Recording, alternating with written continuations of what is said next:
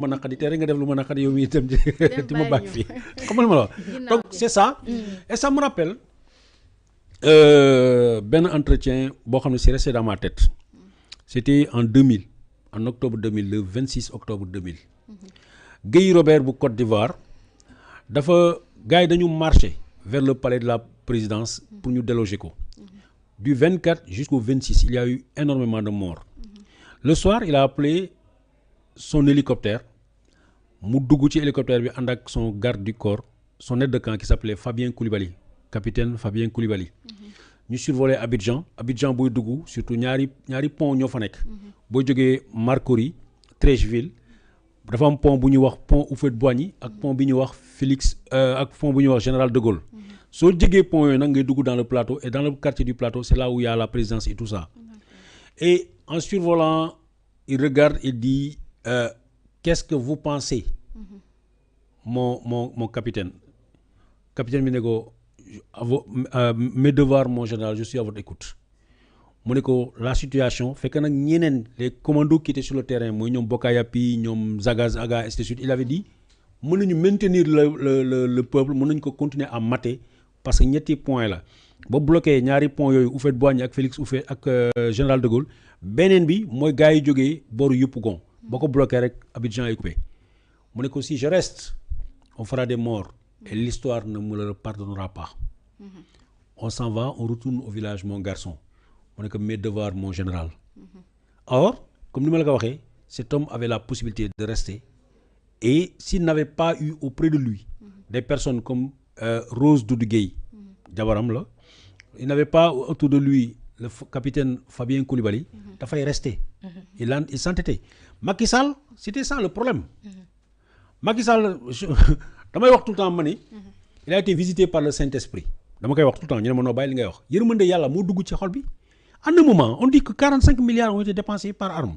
l'armée est restée républicaine jusqu'au bout en disant le chef suprême des armées c'est Macky Sall moom lay servir la police dit le chef suprême c'est Macky Sall moom lay servir la justice dit Macky Sall lay servir Macky Sall boobu yërmande yàlla duggaloon ci xolam mais day taxaw def face aux Sénégalais kon peut-être tey man du ma fi toogoon ci plateau bi kon peut-être honoré mais à un moment il a dit stop ça suffit gars yi ne ko da nga ñu trahir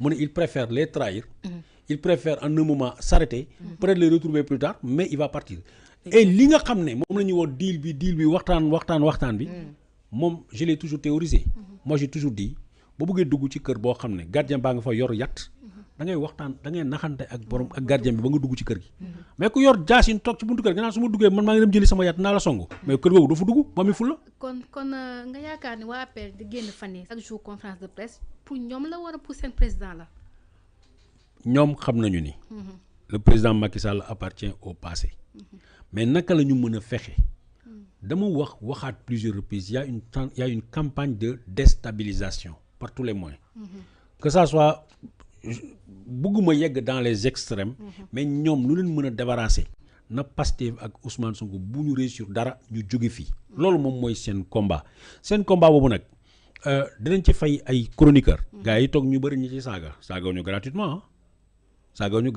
dañ leen di compal waaw te nag compalu ñu leen lu tuuti moom la Bodian di wax comment il s'appelle suma frère bi nekk port bu muy wax ni nanu jël Waly Diouf Bodian bu mu leen di wax ni ay milliardaires opposants waruñu ko bàyyi ci réew mi milliardaires opposants mën nañ ko bàyyi bu fekkee ne nit kooku il a conscience que ab république ñoo ko bokk parce que man pour rien au monde je ne suis pour que ñu jàpp ñëpp ñu dugal ci kaso bi au contraire sax bokk naa si ñi nga xam ne pour man Tahirou Sarr n'a pas sa place en prison il aurait dû sortir pour man même Farba Ngom waruñu ko tëj ci kaso bi oui avec tout ce qu'on lui parce que tey jii lu ñu koy toppee c'est une valeur de 125 milliards tey jii li mu teg ci xaalis caution 11 milliards nañ ko récupérer ba pare ainsi de suite ñu xool on me dit que te ñu lu teg c'est à 400 et quelques milliards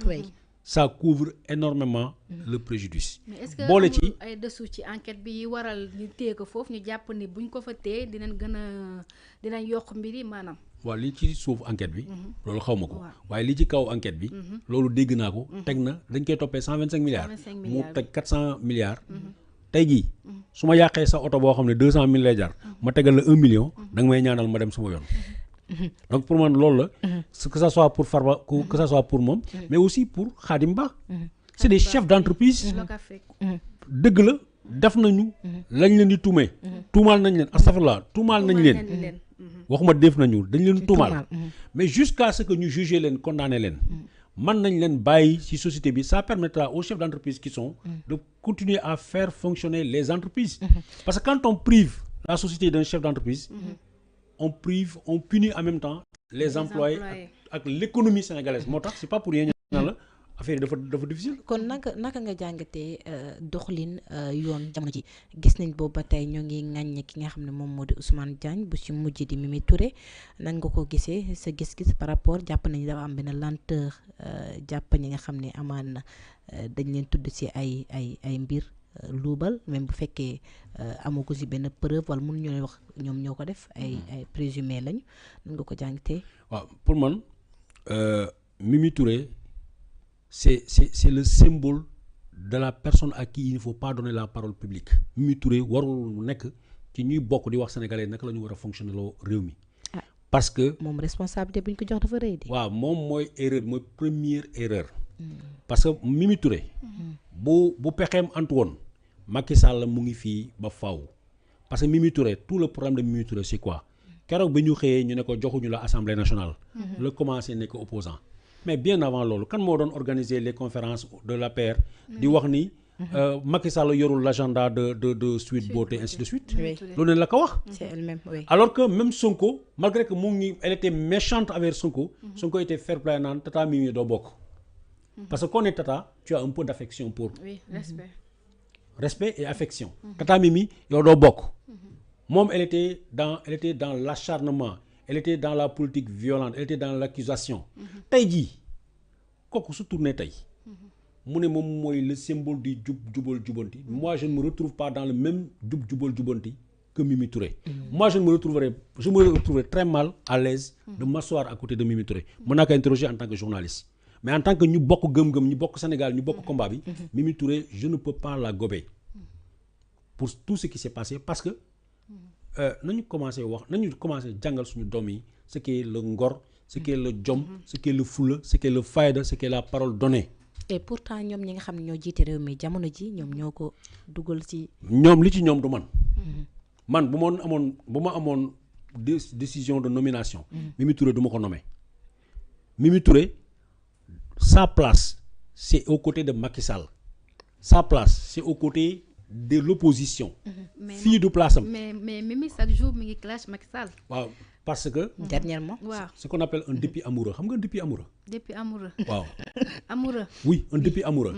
ça veut dire nit bu bëgganteeg nit ba mu sës jigéen bu parewul ci jëkkëram.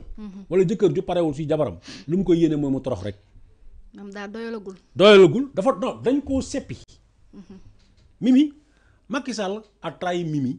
parce que daf ko ne woon gérer ma campagne électorale bi soo pare ma def la le président de l'Assemblée nationale. Au dernier moment le Macky Sall changé. Et jusqu'au dernier moment Macky Sall valsé entre Aly Ngouille Ndiaye pour en faire un premier ministre et Amadou Ba. jour boobu dafa ne celui qui entrera au palais de la présidence ce jour-là c'est la personne là qui sera premier ministre. man dama pointé ñaari nit. des 2 entrées ou des 3 entrées du palais de la République. Aly Ngouille Ndiaye dugg na keroog palais. Amadou Ba bi ñuy recevoir Amadou Ba pour def ko premier ministre Aly Ngouille Ndiaye mu ngi xaar dans l'antichambre pour ñu recevoir ko. Jusqu'au dernier moment Macky Sall a hésité. Mais comme on dit choisir c'est éliminer choisir c'est trahir. En choisissant Amadou Ba. il a trahi Aly Ngouille Ndiaye il a trahi Mimi Touré. Jusqu'au dernier moment parce que Mimi jeu de yo-yo la doon def. jël ma rek wala ma toj kër gi. parce que elle avait fait. ci élection wu 2019 su ma juumutlee. parce qu'il était question que Mimi était candidate. demoon na sax ba commencé woon ay ñu ngi kon Mimi 2019 parce que elle était sûre c'était genre un chantage émotionnel pour pouvoir être prise par Macky Sall. Or tey Mimi Touré boobu pour man elle doit pas être ni le symbole. ni le porte-étendard du jubal jubanti. Donc par conséquent ce n'est pas à elle de nous dire diw moo baax ak diw moo baaxul ak diw moo bon. Ce n'est pas à nous moom mën na ko waxal boppam. mais mënuñu ko wax ñun mu imposer ñu ko. Deuxième chose on dit la justice elle est lente.